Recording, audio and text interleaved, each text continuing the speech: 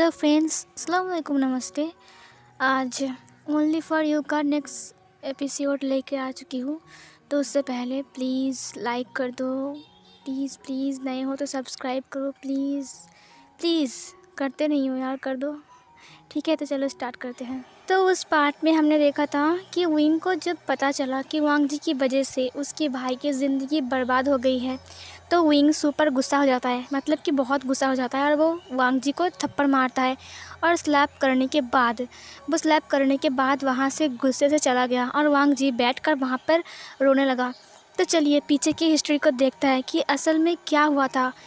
Jiang Chang और lens चैन के बीच क्या कोई रिश्ता था? क्या हुआ था आखिर? क्यों वो दोनों अलग हो गए? क्या हुआ था उन दोनों के बीच? वांग जी ने क्या किया था? तो चलिए स्टार्ट करते हैं फ्लैशबैक। ये कहानी उस टाइम का है जब जियांग चैंग और लान वांग जी एक दूसरे के बहुत अच्छे फ्रेंड थे। लान वांग जी भी एक माफिया था और जियांग चैंग भी। तकरीबन ये कहानी 4 साल पुरानी हो चुकी है। लान वांग जी और जियांग चैंग एक दूसरे का बेस्ट फ्रेंड ही समझो, इतने अच्छे, मतलब कि गहरी दोस्ती थी उन दोनों के बीच। जियांग चैंग कभी कभी लान हाउस आता था लान वांग जी से मिलने के लिए। उसी दौरान ही उसने वांग जी का भाई लैंस चैन को देखा था। लैंस चैन को देखने के बाद ही चैंग उसके प्यार में पागल हो गया था। चैंग को सिचैन बहुत पसंद आया था। सिचैन भी चैंग को लाइक करने लगा था। धीरे धीरे उन दोनों का जो रिश्ता था वो गहरा होता ही जा रहा था। जियांग चैंग और सिचैन एक दूसरे से बहुत प्यार करने लगे थे, जैसे कि वो एक दूसरे को छोड़कर नहीं रह सकते हैं। वांग जी को उसके भाई के बारे में पता चल गया था कि उसका भाई जियांग चैंग को लाइक करता है। वांग जी पहले पहले नाराज़ था इससे, क्योंकि जियांग चैंग एक माफिया है और ऑफ कोर्स कोई भाई नहीं चाहेगा कि उसकी भाई की लाइफ एक माफिया के साथ गुजरे, जो कि अपनी जान को हथेली में लेकर घूमते रहते हैं।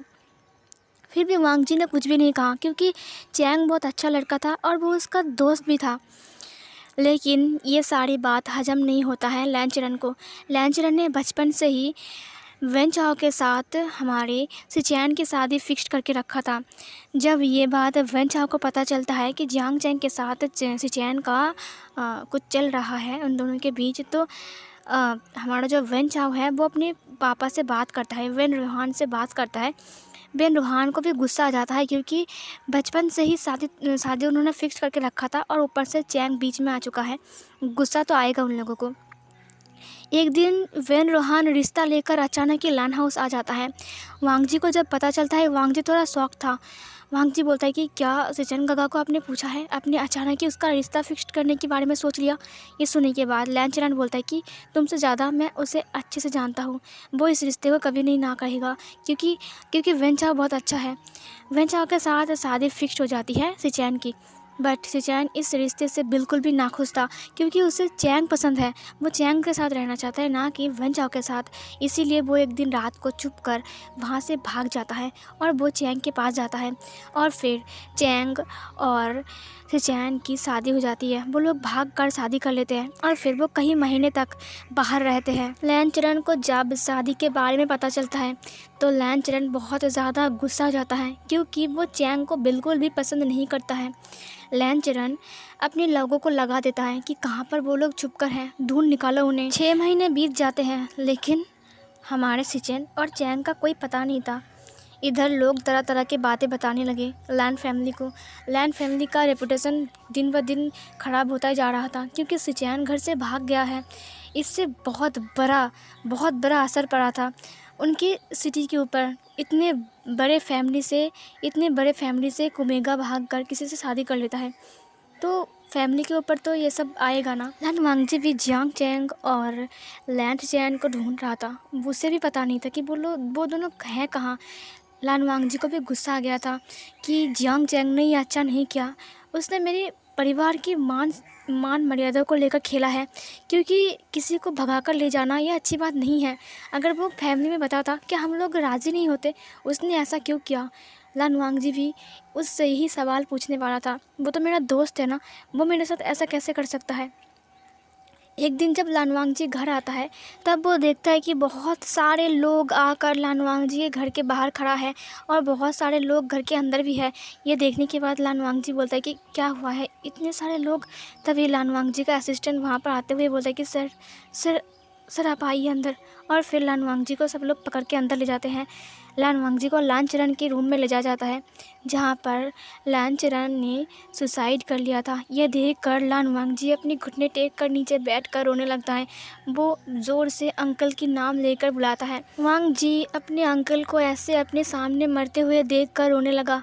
वांग जी अब हेल्पलेस था, उसके पास अब कोई नहीं था। बचपन में ही उसने अपने माँ बाप को खो दिया है। एक अंकल ही तो था जो वांग जी का ध्यान रखता था, उसके पास और कोई नहीं है। उसका भाई भी उसने भी उसका साथ छोड़ दिया है। अब वांग जी सिर्फ अकेला, वो क्या करेगा। वांग जी रो रहा था। लानचरण के हाथ में एक चिट्ठी थी।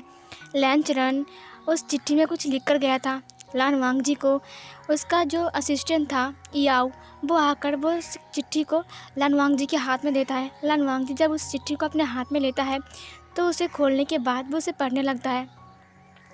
लानचरण ने लिखा था, मेरी मौत की जिम्मेदार सिर्फ और सिर्फ जियांग चैंग है। मुझे वो पसंद नहीं था, उसने मेरी नाक कटा दी। शिचैन को लेकर वो भाग गया, जिसकी वजह से लोग मुझे तरह तरह की बातें बताने लगे। सोसाइटी में मेरा जीना मुश्किल हो गया। मैं कैसे किसी को मुंह दिखाता। मैं एक ऐसा इंसान हूँ जो अपने बच्चे को संभाल कर नहीं रख पाता हूँ। लोग तरह तरह की बातें मेरे सामने ही करने लगे। वो तुम्हारा दोस्त था ना वांग जी, वो एक दोस्त होकर एक दोस्त के घर के साथ ऐसा कैसे कर सकता है। क्या उसे कोई होश नहीं था कि ये सब करने के बाद क्या होने वाला है। क्या वो मेरे पास से नहीं आ सकता था। अगर वो मुझे समझा कर बोलता तो मैं उसके रिश्ते को मान लेता, लेकिन उसने क्या किया, मेरी नाक कटा दी। असल में वो तुम्हारा दोस्त कभी नहीं था, वो तुम्हारा दुश्मन था। वो अगर खुद को तुम्हारा दोस्त मानता था तो कम से कम वो तुम्हारे बारे में तो सोचता, लेकिन वो तुम्हारे बारे में भी नहीं सोचा। अब तुम कैसे जियोगे बेटा, तुम्हारी भी नाक कट गई है। तुम एक माफिया होकर भी ये सब कुछ झेल रहे हो। मैं तो खुद को संभाल नहीं पाया बेटा, इसीलिए मैं खुद को ही ख़त्म कर रहा हूँ। ये सब कुछ अब मुझसे सहन नहीं होता है। क्या मेरी परवरिश में कोई कमी रह गई थी। क्या मुझे ही मिलना था। क्या मेरी अंजाम यही था। ये सब कुछ के बदले मुझे सिर्फ मौत ही मिलनी थी। लगता है कि मेरी परवरिश में ही कोई गलती थी, जिसकी वजह से मुझे ये सब कुछ करना पड़ रहा है। आज मैं खुद को ख़त्म कर रहा हूँ। ये सब कुछ ख़त्म करने का एक ही उपाय है, मौत। इसके अलावा मेरे पास और कोई चारा नहीं है। लानवांग जी, अगर तुम मुझसे, अपने अंकल से दिल से प्यार करते हो तो मेरी आखिरी ख्वाहिश को तुम ज़रूर पूरा करोगे। जियांग चैंग और सिचैन को अलग कर दो, हमेशा हमेशा के लिए। वो दोनों साथ में नहीं रहना चाहिए। ये मेरी आखिरी ख्वाहिश है। जब तक तुम ये नहीं करोगे तब तक मेरी आत्मा को शांति नहीं मिलेगी। अगर तुम मुझसे दिल से प्यार करते हो तो ये काम ज़रूर करोगे। वांग जी चिट्ठी को पढ़ने के बाद ज़ोर ज़ोर से रोते हुए नीचे बैठ जाता है और बोलता है कि कैसे कैसे करूँ मैं। वो दोनों एक दूसरे से बहुत प्यार करते हैं। फिर वो दीवार की तरफ देखता है जहाँ पर एक फ़ोटो लगा हुआ था, जहाँ पर सिचैन, वांग जी और लानचरण और उसके सारे के सारे फैमिली मेम्बर्स थे। मैडम लान सब लोग थे और वहाँ पर जियांग चैंग भी था। वो जियांग चैंग की तरफ देखते हुए बोलता है कि क्यों किया तुमने ऐसा। तुम्हारी वजह से मेरी फैमिली बर्बाद हो गई। मेरा एक अंकल जो था ना मेरे लिए, तुमने उसे भी छीन लिया मुझसे। मेरे भाई को तो तुमने छीन लिया है। हम तुम्हारी वजह से मेरा अंकल भी मुझे छोड़कर चला गया। मैं तुम्हें कभी माफ़ नहीं करूँगा। आज से तुम्हारी और मेरी दोस्ती ख़त्म। और ये बोलने के बाद लानवांग जी वहाँ से बाहर निकालता है। लानचरण की मौत की खबर सुनने के बाद लैंस चैन और जियांग चैंग घर आ चुके थे। और जब वांग जी को पता चलता है कि लैंस चैन और जियांग चैंग अब घर आ चुके हैं तो वो अपने सारे के सारे आदमी को लेकर वहाँ से जियांग चैंग को मार के इतना मारता है। उसे मारने के बाद सिचैन को वहाँ से लेकर आ जाता है। सिचैन रो रहा था। सिचैन बोल रहा था कि ये सब कुछ जियांग चैंग ने नहीं किया है, उसकी गलती नहीं है, मैं ही उसके पास आया था, प्लीज़ हमें अलग मत करो वांग जी। लेकिन लानवांग जी कोई भी बात नहीं मानता है। वो सीधा लैन सिचैन को वहाँ से लाकर अपने लान हाउस में बंद कर देता है, रूम में लाकर, और बोलता है कि भूल जाओ उस जियांग चैंग को, उस कमीने को भूल जाओ जिसकी वजह से मेरी अंकल को सुसाइड करना पड़ा। वो मेरा दोस्त नहीं, अब से वो मेरा दुश्मन है। और ये बोलने के बाद लानवांग जी अपने रूम में चला जाता है और यहीं पर ही ये फ्लैशबैक ख़त्म होता है। विंग को ये कहानी पता चलने के बाद विंग की आंखों में आंसू आ जाते हैं। विंग बोलता है कि कोई गलती नहीं थी ना, हम दोनों की एक दूसरे से प्यार ही तो किए थे, फिर भी उसने अलग कर दिया। जियांग चैंग बस बोलता है कि नहीं, मेरी गलती थी, मुझे लैंसी चैन को लेकर ऐसे भागना नहीं चाहिए था। और फिर जियांग चैंग एक गहरी सांस छोड़ते हुए बोलता है कि आज भी मैं उससे प्यार करता हूँ। आज तक मैंने किसी की तरफ नज़र उठाकर भी नहीं देखा उसके अलावा। विंग अपने कमरे में आता है। विंग जब अपने कमरे में आता है तब सिर्फ वो वांग जी के बारे में सोच रहा था। वो बोलता है कि क्यों लंजा, क्यों ऐसा किया? तुम्हें बदला लेना था, मेरे दिल के साथ खेला, तुमने मेरे दिल के टुकड़े टुकड़े कर दिया। तुम्हें एक बार भी ये नहीं लगा कि जब तुम मेरा दिल तोड़ोगे तो मुझे कैसा महसूस होगा? विंग रो रहा था। तभी विंग की फ़ोन पर रिंग होती है। विंग अपने फ़ोन को देखता है। लानवांग जी ने कॉल किया था। लानवांग जी बार बार विंग को तब से कॉल कर रहा था और विंग का फ़ोन रूम के अंदर था और विंग जियांग चैंग के पास था। वो देखता है कि टोटल 272 कॉल कर चुका है वांग जी। ये देखने के बाद विंग बोलता है कि ये फिर से मुझे कॉल कर रहा है और फिर वो कॉल को उठाता है और उठाते हुए बोलता है कि क्या चाहिए तुम्हें? लानवांग जी बोलता है कि विंग, मेरी बात ध्यान से सुनो, मैं तुमसे बात करना चाहता हूँ, प्लीज़ क्या तुम मुझसे 2 मिनट बात करोगे? विंग बोलता है कि मैं तुम्हें नहीं पहचानता हूँ और आइंदा मुझे कभी कॉल मत करना। विंग उसे ब्लॉक कर देता है सब जगह पर। वांग जी उसे कॉल नहीं कर पा रहा था अब।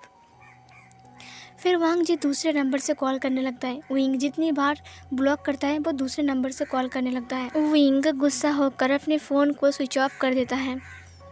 वांग जी रोने लगा। वांग जी अब कुछ भी नहीं कर पा रहा था। वांग जी बस रो रहा था। वांग जी बोलता है कि विंग प्लीज़ मेरी बातों को समझने की कोशिश करो विंग, एक बार स्विच ऑफ करो, एक बार मेरे से बात करो विंग। बट विंग का कॉल स्विच ऑफ ही आ रहा था। अगले दिन विंग का एग्ज़ाम था। विंग कॉलेज गया था एग्ज़ाम के लिए।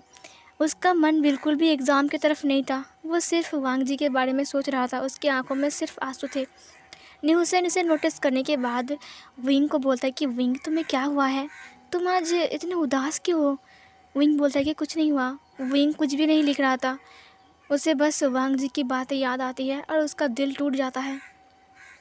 थोड़ी देर बाद एग्ज़ाम का फाइनल बेल बज जाता है और विंग अपने पेपर को टीचर को देखकर वहाँ से बाहर आता है। न्यू हुसैन और वन निंग जो था वो देखता है कि विंग का दिल बहुत उदास है, इसीलिए वो विंग को हंसाने के लिए तरह तरह के जोक सुनाने लगते हैं। लेकिन विंग एक बार भी नहीं हंस रहा था। लेकिन जब गेट के बाहर वो लोग आते हैं तब विंग को वो लोग ऐसा जोक सुनाते हैं जिसकी वजह से विंग मुस्कुरा देता है और उसके बाद विंग हंसने लगा। और तभी वहाँ से एक बहुत बड़ी रेड कलर की कार गुजर रही थी जिसके अंदर एक पर्सन बैठा हुआ था और वो पर्सन उसी कॉलेज के सामने से गुजर रहा था। विंग तब कॉलेज से बाहर आ रहा था। जब वो पर्सन विंग को देखता है तब वो बोलता है कि हे, गाड़ी रोको। फिर उसका ड्राइवर गाड़ी को स्टॉप करता है। फिर वो पर्सन अपने सनग्लास को उतारता है और उतारने के बाद अपनी गाड़ी के कांच को डाउन करते हुए बाहर देखने लगा। वो विंग की तरफ देख रहा था जो कि मुस्कुरा रहा था, स्माइल कर रहा था, हंस रहा था जोक सुनकर, और उसके बनी टीट्स बाहर आ गए थे जिसकी वजह से विंग बहुत ज़्यादा क्यूट दिख रहा था। विंग को देखकर वो पर्सन बोलता है कि ये कौन है? उस पर्सन के पास में एक लड़का बैठा हुआ था जो कि उसका बड़ा भाई था। वो बोलता है कि वन जाओ, पता नहीं ये कौन है, मैं भी इसे पहली बार देख रहा हूँ। तो वो पर्सन जो कि बोल रहा था विंग के बारे में, उसका नाम वेन चाओ है। वेन चाओ विंग को देखते हुए बोलता है कि ये कौन है, ये मेल ओमेगा कौन है, ये तो बहुत खूबसूरत दिखता है। उसका भाई बोलता है कि पता नहीं ये कौन है। वेन चाओ बोलता है कि इसकी हंसी, इसकी लिप्स, इसकी आँखें, इसकी स्माइल, इसकी बॉडी, इसकी फिगर, ये कितना हॉट है, ये मुझे पागल बना रहा है। ये सुनने के बाद उसके बगल में जो भाई बैठा हुआ था वो बोलता है कि ये तुम क्या बात कर रहे हो, क्या तुम सिचैन को भूल गए? वन चाओ बोलता है कि सिचैन के आगे ये कुछ भी नहीं, ये तो लाजवाब है, अप्सरा है, लग रहा है मैं किसी एंजल को दिख रहा हूँ, ये बहुत हॉट एंड सेक्सी लग रहा है, ये तो बहुत क्यूट है। ये सुनने के बाद उसका भाई बोलता है कि तो फिर इसे उठा लो एक रात के लिए। ये सुनने के बाद वेन चाओ बोलता है कि एक रात में, इसके साथ तो एक रात में मन कभी नहीं भरेगा, इसे पूरी ज़िंदगी अपना बनाना चाहता हूँ। वेन चाओ एक बार विंग को देखने के बाद उसके भाई की तरफ मुड़ते हुए बोलता है कि भाई, तुम्हें नहीं लगता कि मेरी शादी का उम्र हो गया है? ये सुनने के बाद उसका भाई एक ईबल स्माइल देते हुए बोलता है कि क्या मेरे भाई को वो मेगा पसंद आ गया है? वेन चाओ बोलता है कि सिचैन वैसे भी उसकी शादी जियांग चंग के साथ हो गया था, मुझे अब उसके ऊपर कोई इंटरेस्ट नहीं है। ये ओमेगा कितना खूबसूरत है, ये कितना हॉट है, इसे तो सिर्फ मेरे पास आना चाहिए। उठाओ इसे, मुझे शादी करनी है। और ये बोलने के बाद वेन चाओ अपने लोगों को बोलता है, इशारा करता है, और उसके लोग गाड़ी से बाहर निकल जाते हैं। विंग जैसे ही रोड के साइड में आता है, ठीक वैसे ही विंग को पकड़कर वो लोग गाड़ी में विंग को अंदर ले लेता है। और लेने के बाद विंग जोर जोर से चिल्लाने लगा। विंग बोलता है कि कौन हो तुम लोग, छोड़ो मुझे, क्या कर रहे हो? पता है तुम लोग किसके ऊपर हाथ लगा रहे हो? ये सुनने के बाद वेन चाओ पीछे मुड़ते हुए बोलता है कि डार्लिंग, तुम चिंता मत करो, तुम मेरे पास आ रहे हो। और फिर विंग बोलता है कि छोड़ो मुझे हाथ मत लगाना, मुझे बाहर जाने दो। तुम लोग नहीं जानते कि मैं कौन हूँ और किसके ऊपर तुमने हाथ उठाया है, किसको हाथ लगाया है। ये सुनने के बाद वेन चाओ विंग की गालों को टच करते हुए बोलता है कि बेबी, तुम कौन हो मुझे पता नहीं है, लेकिन तुम बहुत जल्द मेरे बनने वाले हो, चलो यहाँ से। और फिर वो लोग गाड़ी लेकर वहाँ से निकल जाते हैं। न्यू सेन ये सब कुछ देख रहा था। विंग का फ़ोन, जब विंग को ज़बरदस्ती गाड़ी में बिठा रहा था वो लोग, तब विंग का फ़ोन नीचे गिर गया था। न्यू सेन जाकर विंग के फ़ोन को उठा लेता है। विंग का फ़ोन स्विच ऑफ था। और तभी न्यू सेन बोलता है कि ये लोग कौन थे, विंग को ऐसे ज़बरदस्ती पकड़ के क्यों ले गए? और तभी वहाँ पर एक ब्लैक कलर की कार आता है, और फिर वो कार आकर कॉलेज के सामने रुकता है। और रुकने के बाद वहाँ से दो लोग बाहर आते हैं, और वो लोग वहाँ पर खड़े रहते हैं। थोड़ी देर खड़े रहने के बाद वो लोग न्यू सेन को पूछते हैं कि हे सुनो, तुम इस कॉलेज में पढ़ते हो क्या? ये सुनने के बाद न्यू सेन बोलते कि हाँ, तुम लोग कौन हो? और फिर तभी वो लोग अपने एक दूसरे की तरफ देखते हुए बोलता है कि जियांग चैंग सर ने कहा है कि विंग सर को यहाँ से ले जाने के लिए, कि वांग जी उसके ऊपर अटैक ना कर दे, इसीलिए हम उसे लेने आए हैं। बस उसे पूछो कि विंग को वो जानता है कि नहीं। फिर न्यू सेन को वो इंसान पूछता है कि मतलब कि वो आदमी पूछता है कि क्या तुम विवूजियान को जानते हो? ये सुनने के बाद न्यू सेन थर-थर काँपते हुए बोलता है कि हाँ, जानता हूँ, ये है उसका फ़ोन। और फिर वो पर्सन बोलता है कि उसका फ़ोन वो कहाँ है? न्यू सेन बोलता है कि एक बड़ी सी रेड कलर की कार आया और विंग को पकड़ कर उठाकर वहाँ से ले गया। ये सुनने के बाद वो लोग बोलते हैं कि क्या तुमने कार के नंबर को नोटिस किया है? ये सुनने के बाद न्यू सेन बोलता है कि नहीं, मैंने नोटिस नहीं किया। ये सुनने के बाद वो लोग बोलता है कि जल्दी चलो यहाँ से। और फिर वो विंग के फ़ोन को न्यू सेन के हाथ से लेते हुए वहाँ से चला गया। न्यू सेन को कुछ समझ में नहीं आया कि अभी क्या हुआ। न्यू सेन चुपचाप खड़ा होकर सब कुछ देख रहा था। जियांग चैंग के पास खबर जाता है कि उसके भाई को किसी ने किडनैप कर लिया है। जैसे ही खबर जियांग चैंग के पास जाता है, जियांग चैंग गुस्सा हो जाता है और वो बोलता है कि लान वांग जी, ज़रूर लान वांग जी ने किया होगा। और फिर वो लान हाउस पहुंच जाता है। वो जाकर देखता है कि लान वांग जी अपने फ़ोन को तोड़ चुका है और उसका फ़ोन, बहुत सारा फ़ोन ज़मीन पर गिरा हुआ है। मतलब कि उसने विंग को कॉल किया था जिस नंबर से बहुत सारा फ़ोन यूज़ भी किया था उसने, तो सब कुछ उसने तोड़ दिया है। और वांग जी बैठ कर रो रहा है, वो इतना रो रहा है उसकी आंखें लाल हो गई है। जियांग चैंग वांग जी के कॉलर को पकड़ते हुए उसे उठाता है और उठाने के बाद बोलता है कि लान वांग जी, मेरा भाई कहाँ है? ये सुनने के बाद लान वांग जी जियांग चैंग के तरफ देखने लगा। लान वांग जी कन्फ्यूज था, उसे समझ में नहीं आ रहा था विंग कहाँ है। मतलब जियांग चैंग बोलता है कि भूले मत बनो, तुमने मेरे भाई को किडनैप किया ना। ये सुनने के बाद वांग जी उसके हाथों को चुराते हुए बोलता है कि क्या तुम्हें लगता है कि मैं उसे किडनैप करूँगा? मैं उससे प्यार करता हूँ और वो अपने फ़ोन को स्विच ऑफ कर दिया है। उससे एक बार बात करा दो ना जियांग चैंग, बस एक बार बात करा दो। जियांग चैंग उसे थप्पड़ मारते हुए बोलता है कि मैं बहुत करा दूँ, कमीना इंसान, कहाँ छुपा के रखा है मेरे भाई को, कहाँ है? वांग जी बोलता है कि नहीं है वो यहाँ, मैं उससे किडनैप क्यों करूँगा, मैं उससे प्यार करता हूँ। फिर वांग जी को याद आता है कि कुछ लोगों को वांग जी ने किडनैप करवाने के लिए बोला था कि जियांग चैंग की भाई को किडनैप करो, लेकिन बाद में उसने मना भी कर दिया था। क्या उन दोनों ने गलती से किडनैप कर लिया होगा? फिर वांग जी उन लोगों को कॉल लगाता है और फिर बोलता है कि विंग कहाँ है? ये सुनने के बाद वो लोग बोलते हैं कि सर, हमें नहीं पता, हम तो बस काम कर रहे हैं जो आपने बताया था। वांग जी बोलता है कि विंग कहाँ है? विंग को किसी ने किडनैप कर लिया है। ये सुनने के बाद वो लोग बोलते हैं कि सर, हमें नहीं पता, हम अपना काम कर रहे हैं। वांग जी कॉल को कट करते हुए बोलते हैं कि जियांग चैंग, मेरे आदमी ने विंग को किडनैप नहीं किया है। ये सुनने के बाद यांग चैंग बोलता है कि किसने किया मेरे भाई का किडनैप? वांग जी सच बताओ। वांग जी बोलता है कि मेरा बात का यकीन मानो, मैं विंग से दिल से प्यार करता हूँ, बस उससे एक बार बात करना चाहता हूँ। उसका फ़ोन स्विच ऑफ आ रहा है, देखो मैंने कितने सारे फ़ोन तोड़ दिए हैं, मुझे गुस्सा आ रहा है। याओ दौड़ते हुए वांग जी के पास आकर हाँफने लगा। वो अपनी घुटने पर हाथ रख कर हाँफने लगता है और बोलता है कि सर एक बुरी खबर है। वांग जी बोलता है कि बुरी खबर? क्या बुरी खबर है? ये सुनने के बाद याओ बोलता है कि सर, जिन लोगों को आपने विंग सर के ऊपर नज़र रखने के लिए कहा था, उन्होंने कहा कि विंग सर को एक रेड कलर की कार आकर किडनैप करके लेकर चला गया है, उससे ज़बरदस्ती ले गया है। ये सुनने के बाद वांग जी उठ जाता है और बोलता है कि क्या विंग को एक रेड कलर की कार ने किडनैप कर लिया है?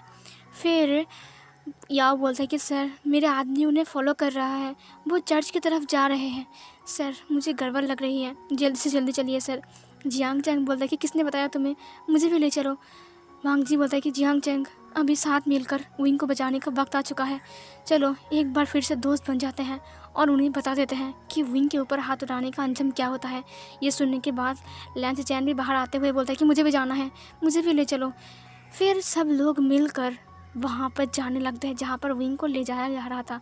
वेन चाओ जहाँ पर विंग को ले जा रहा था चर्च की तरफ। वेन चाओ चर्च में पहुँच जाता है। विंग बेहोश था, उन्होंने विंग को बेहोश कर दिया था। विंग को चर्च के अंदर कुछ लोग लेकर आते हैं और फिर वहाँ पर कुछ ओमेगास को वेन चाओ बोलता है कि सुनो, इसे तैयार करो, इसे वेडिंग ड्रेस पहनाओ, मुझे इससे शादी करना है, ये बहुत खूबसूरत है, बस इसे अपना बनाना है।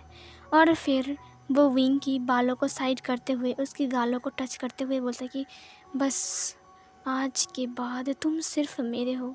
और फिर विंग को वो जितने सारे ओमेगा था ना, वो सब लोग लेकर चले जाते हैं। फिर चर्च में वेन चाओ जाता है और फिर वो भी अपने वेडिंग ड्रेस में आ जाता है। विंग बेहोश था, विंग को धीरे धीरे होश आता है। विंग को जब होश आता है वो देखता है कि वो एक चेयर में बैठा हुआ है और बहुत सारे लोग, बहुत सारे माफिया गुंडे लोग होते हैं ना, अपने अपने हथियार को लेकर खड़ा है और उसके सामने वेन चाओ अपने चेयर में बैठा हुआ है। विंग धीरे धीरे अपने सिर को हाथ से सहलाते हुए बोलता है कि मेरे सिर में दर्द हो रहा है। और फिर वो आंखें खोल कर सबको देखने लगा। वो बोलता है कि मैं कहाँ हूँ? और फिर वो अपने आप को देखता है, वो वेडिंग ड्रेस में था। ये देखने के बाद विंग बोलता है कि कौन हो तुम, मुझे यहाँ पर क्यों लाए हो और मैं कहाँ हूँ? फिर विंग को एहसास होता है कि ये एक चर्च है। विंग बोलता है कि तुम मुझे यहाँ पर क्यों लाए हो और मुझे वेडिंग ड्रेस क्यों पहनाया? ये सुनने के बाद वेंचा बोलता है कि तुम उठ गए बेबी, आज हमारे शादी है और शादी के दिन वेडिंग ड्रेस ही तो पहनना है ना। ये सुनने के बाद विंग बोलता है कि शादी तुमसे? मैं नहीं शादी करूँगा। और फिर विंग उठने जाता है और तभी वेन चाओ का एक आदमी अपने गन को विंग की फॉरहेड के ऊपर दिखाते हुए बोलता है कि ये चुपचाप बैठ, हिलना भी मत। ये देखने के बाद वेन चाओ उठ जाता है और उसे एक थप्पड़ मारते हुए बोलता है कि तेरी इतनी हिम्मत, तो मेरे ओमेगा को डरा रहा है, ये मेरी वाइफ बनने वाला है, तो भूल गया है। ये सुनने के बाद वो बोलता है कि सॉरी सर, सॉरी। वेन चाओ अपनी गन को निकालते हुए बोलता है कि यहीं पर ही ठोक डालूंगा, चुप रहे तू, प्यार से बात कर रहा हूँ ना, मुझे बात करने दे। और फिर वो पर्सन साइड हो जाता है। वेन चाओ बोलता है कि स्वीट हार्ट, तुम बहुत खूबसूरत लग रहे हो, चलो हम शादी कर लेते हैं, उसके बाद मैं तुम्हें अपने बारे में सब कुछ बताऊँगा। विंग बोलता है कि जाने दो मुझे, छोड़ दो प्लीज़, मुझे शादी नहीं करनी है, प्लीज़ मुझे जाने दो प्लीज़। वेन चाओ बोलता है कि जाने दो, अगर जाने दिया तो मेरा क्या होगा? स्वीट हार्ट, तुम बहुत हॉट हो, मैं तुम्हें पूरी ज़िंदगी यूज़ करना चाहता हूँ, अपना बना के। ये सुनने के बाद विंग डरते हुए बोलता है कि प्लीज़ मुझे जाने दो, प्लीज़ मुझे छोड़ दो। वेन चाओ बोलता है कि सुनो, मेरे सामने ऐसे गिड़गिड़ाना बंद करो, मैं तुम्हें जाने नहीं दे सकता स्वीट हार्ट। और ये बोलने के बाद वो विंग के हाथों को पकड़ लेता है और फिर वो विंग के ऊपर बेल डाल देता है और बोलता है कि चलो अब शादी के बाद ही तुम्हारा चेहरा देखूंगा। और ये बोलने के बाद वो विंग के हाथों को खींचते हुए स्टेज के ऊपर ले जाने लगा। विंग चिल्लाते हुए बोलता है कि छोड़ो मुझे, छोड़ो, अगर मेरे भाई को पता चला ना, वो तुम्हें मार डालेगा, तुम्हें पता है मेरा भाई कौन है? ये बोलने के बाद विंग उसके हाथों को छुड़ाने की कोशिश करता है, लेकिन वेन चाओ उसके हाथों को कस के पकड़ के रखा था। इसकी वजह से विंग अपने हाथों को छुड़ा नहीं पा रहा था। विंग को बहुत ज़्यादा डर लग गया था कि उसकी ज़िंदगी बर्बाद होने वाली है। और फिर वो विंग को घसीटते हुए स्टेज के ऊपर ले जाता है और फिर वो बोलता है कि ए फादर, चल स्टार्ट कर। और ये सुनने के बाद वो जो फादर था वो डरते हुए बोलते कि जी जी जी जी। और तभी विंग बोलता है कि नहीं, मुझे शादी नहीं करनी है, छोड़ दो मुझे, छोड़ो। चुप हो जा, बिल्कुल चुप, नहीं तो यहीं पर ही। और तभी विंग बोलता है कि प्लीज़ मुझे जाने दो, मैंने तुम्हारा क्या बिगाड़ा है।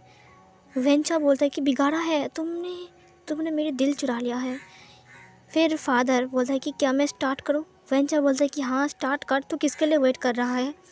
फिर फादर बोलता है कि मिस्टर विवुजियन, क्या आप महान वेन चाओ को अपनी हस्बैंड मानते हो। विंग बोलता है कि वेन चाओ। और फिर वो वेन चाओ की तरफ देखता है और फिर वे वेन चाओ बोलता है कि क्या मेरा नाम सुनकर तुम चौंक गए कि मेरे जैसा हैंडसम एंड रिच अल्फा तुमसे शादी कर रहा है। ये सुनने के बाद विंग बोलता है कि घटिया इंसान कहीं के, छोड़ो मुझे जाने दो। तभी वेन चाओ बोलता है कि बोलो कि तुम मुझे अपने हस्बैंड मानते हो तो फिर मैं तुम्हें छोड़ दूंगा। ये सुनने के बाद विंग बोलता है कि हरगिज़ नहीं, छोड़ो मुझे, छोड़ो, मेरे गगा को पता चला ना तो तुम्हारी जान ले लेंगे वो। ये सुनने के बाद वेंचा बोलते कि ओह मैं तो डर गया, मैं तो डर के मारे थर थर काँप रहा हूँ। ये सुनने के बाद विंग उसकी तरफ देखने लगा। वेंचा उसे बोलता है कि तो फिर कौन है तुम्हारा भाई। ये सुनने के बाद विंग बोलता है कि जब वो आएगा ना तब देख लेना, वो मुझे बचाने ज़रूर आएगा। वेंचा बोलता है कि कहाँ है तुम्हारा भाई। और तभी चर्च के दरवाजे को धड़ाम से खोलते हुए जियांग चैंग अंदर आता है और फिर वो बोलता है कि मैं यहाँ हूँ, मैं हूँ इसका भाई। आवाज़ सुनने के बाद वेंचा बोलता है कि यह आवाज़। और फिर वो उधर देखता है दरवाजे की तरफ। वेंचा और जियांग चैंग एक दूसरे को देख कर चौंक जाते हैं। जियांग चैंग बोलता है कि वेंचाओ और वेंचाओ बोलता है कि जियांग चैंग। और फिर वो विंग की तरफ देखता है। वेंचा बोलता है कि अरे वाह, तुम जियांग चैंग के भाई हो। जियांग चैंग, तुमने बताया नहीं पहले कि तुम्हारे पास इतने हॉट एक मेल ओमेगा है। ये सुनने के बाद जियांग चैंग बोलता है कि गंदे इंसान, वेंचाओ मेरे भाई को छोड़ दे, अंजाम बहुत बुरा होने वाला है। वेंचाओ बोलता है कि क्या कर लेगा तू, कुछ भी नहीं कर पाएगा। वेंचाओ जियांग चैंग को देखते हुए बोलते है कि जियांग चैंग, तुम सिचैन के साथ खुश तो हो ना, तुम्हारी लाइफ हैप्पी तो है ना। और ये बोलने के बाद वो ज़ोर ज़ोर से हंसने लगता है। फिर जियांग चैंग बोलता है कि वेंचाओ तुम जानते हो सब कुछ। ये सुनने के बाद वेंचाओ बोलता है कि हाँ जानता हूँ कि सिचैन ने मुझे छोड़कर तुम्हें चुना था और मेरी ज़िंदगी बर्बाद कर दिया था।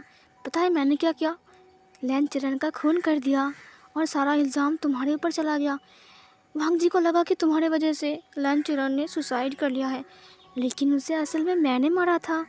कितनी अच्छी बात है ना। तुम्हें पता है लोगों की तरह तरह की बातें सुनने के बाद ना लैन चरण बोल रहा था कि वो ना तुम दोनों को ना एक्सेप्ट कर लेंगे।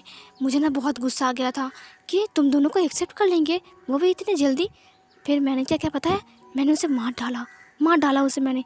और मारने के बाद ना मैंने एक चिट्ठी लिखा, उसमें लिखा कि मैंने सुसाइड किया है। लेकिन मेरे पापा को पता चलने के बाद ना पापा ने मुझे अब्रॉड भेज दिया। पता है क्यों, ताकि किसी को मेरे ऊपर ना शक ना हो। और वांग जी के साथ तुम्हारी दोस्ती भी टूट गई। तुम दोनों कितने अच्छे दोस्त थे। क्या कहा था तुम दोनों ने कि ये दोस्ती कभी नहीं टूट सकते, कोई नहीं तोड़ सकता, लेकिन तुम्हारी दोस्ती को मैंने एक झटके में तोड़ दिया है ना। ये सुनने के बाद जियांग चैंग को बहुत गुस्सा आ जाता है और जियांग चैंग बोलता है कि तो वो तुम थे जिसकी वजह से मुझे मेरे प्यार से अलग होना पड़ा। ये सुनने के बाद वेंचा ज़ोर ज़ोर से हंसते हुए बोलता है कि हाँ, लेकिन जियांग चैंग तुम बहुत गंदे हो। तुमने पहले क्यों नहीं बताया कि तुम्हारा एक भाई है, ये तुम्हारा भाई है और ये कितना हॉट है। तुम अगर मुझे पहले बताते ना तो मैं सिचैन की तरफ हाथ भी नहीं बढ़ाता, मैं तो तुम्हारे भाई से शादी कर लेता है ना। फिर तुम अपने प्यार के साथ रहते और मैं तुम्हारे भाई के साथ। ये सुनने के बाद जियांग चैंग बोलता कि कमीने इंसान, छोड़ दे मेरे भाई को, बहुत गलत कर रहा है तू। ये सुनने के बाद वेंचा बोलता कि छोड़ दूँ, नहीं छोड़ सकता जियांग चैंग, तुम्हारे भाई के ऊपर मेरा दिल आ गया है और आज हमारी शादी है। प्लीज़ तुम हमारे शादी में कबाब में हड्डी मत बनो, ठीक है। सुनो, पकड़ लो इसे और इसे बांध दो चेयर के साथ। और यह सुनने के बाद पीछे से एक आवाज़ आती है, वेंचाओ बिल्कुल भी हमें कमज़ोर मत समझना। यह आवाज़ सुनने के बाद वेंचाओ फिर से दरवाजे की तरफ देखने लगा। विंग बोलता कि लंजा और तभी लान वांगजी अंदर आते हुए बोलता है कि वन चाओ, कमज़ोर समझने की गलती बिल्कुल मत करना। ये सुनने के बाद वन चाओ बोलता है कि अरे यार, एक के बाद एक सरप्राइज़ मिलते जा रहा है, तुम लोग मेरी शादी को एंजॉय करने आए हो, क्या बात है लान वांगजी, तुम भी यहाँ पर। लगता है मेरी वेडिंग बहुत स्पेशल होने वाली है। सुनो, तुम लोग घर मत जाना, शाम को एक बहुत बड़ी पार्टी दूंगा मैं, खाना खा के जाना, ठीक है। लान वांगजी अपनी लोगों को पीछे से इशारा करता है। लान वांगजी वन चाओ के साथ बात करने लगता है। लान वांगजी बोलता है कि देखो वन चाओ, विंग को छोड़ दो। वन चाओ ये सुनने के बाद बोलता है कि एक मिनट रुको, तुम्हारा प्रॉब्लम क्या है? एक मिनट, ये जियांग चैंग का भाई है, इसीलिए जियांग चैंग इसे बचाने के लिए यहाँ पर आया है। तुम यहाँ पर क्यों आए हो? क्या तुम दोनों फिर से दोस्त बन गए हो? या फिर रुको, तुम ये मत बोलना कि तुम इस ओमेगा से प्यार करते हो। ये सुनने के बाद लान वांगजी से गुस्से से देखने लगा। फिर वन चाओ बोलता है कि अरे वाह, इसका मतलब तुम इससे प्यार करते हो। और फिर वन चाओ विंग की कमर को टाइटली पकड़ के अपनी तरफ खींच लेता है। वांगजी उसकी तरफ आगे बढ़ते हुए बोलता है कि वन चाओ, और तभी वन चाओ अपनी गन को बाहर निकालते हुए बोलता है कि एक कदम अगर आगे आया ना तो इसकी जान पर आ जाएगी। ये सुनने के बाद लान वांगजी बोलता है कि देखो मेरी बात सुनो, उसे छोड़ दो, उसे कुछ मत करना। वन चाओ बोलता है कि कुछ नहीं करूँगा, चुपचाप यहाँ से निकल जाओ, मेरी शादी है, नहीं तो बैठ कर देख सकते हो, कबाब में हड्डी मत बनो। वन चाओ ने विंग की कमर को पकड़ लिया था, जिसकी वजह से विंग को बहुत ज़्यादा अजीब लग रहा था। विंग बोलता है कि छोड़ो मुझे, छोड़ो मुझे। विंग बार बार हिल रहा था। वांगजी विंग को ऐसे हिलते हुए देखकर उसे भी बहुत ज़्यादा गुस्सा आ रहा था, क्योंकि वन चाओ ने विंग की कमर को टाइटली पकड़ के रखा है। वांगजी को इतना ज़्यादा गुस्सा आ रहा था ना, उसकी आंखें लाल हो गई थी, वो सिर्फ वन चाओ को गुस्से से देख रहा था। वन चाओ वांगजी को इतने गुस्से में देखकर उसे बहुत मज़ा आ रहा था। वन चाओ विंग की कमर को और भी टाइटली पकड़ लेता है और उसके बाद उसको स्मेल करते हुए बोलता है कि तुम एक फ्रेश ओमेगा हो, तुम्हारे साथ बहुत मज़ा आएगा। ये सुनने के बाद वांगजी बोलता है कि वन चाओ, अपनी ज़बान संभाल के बात करो, छोड़ो उसे, तुम क्या कर रहे हो उसके साथ?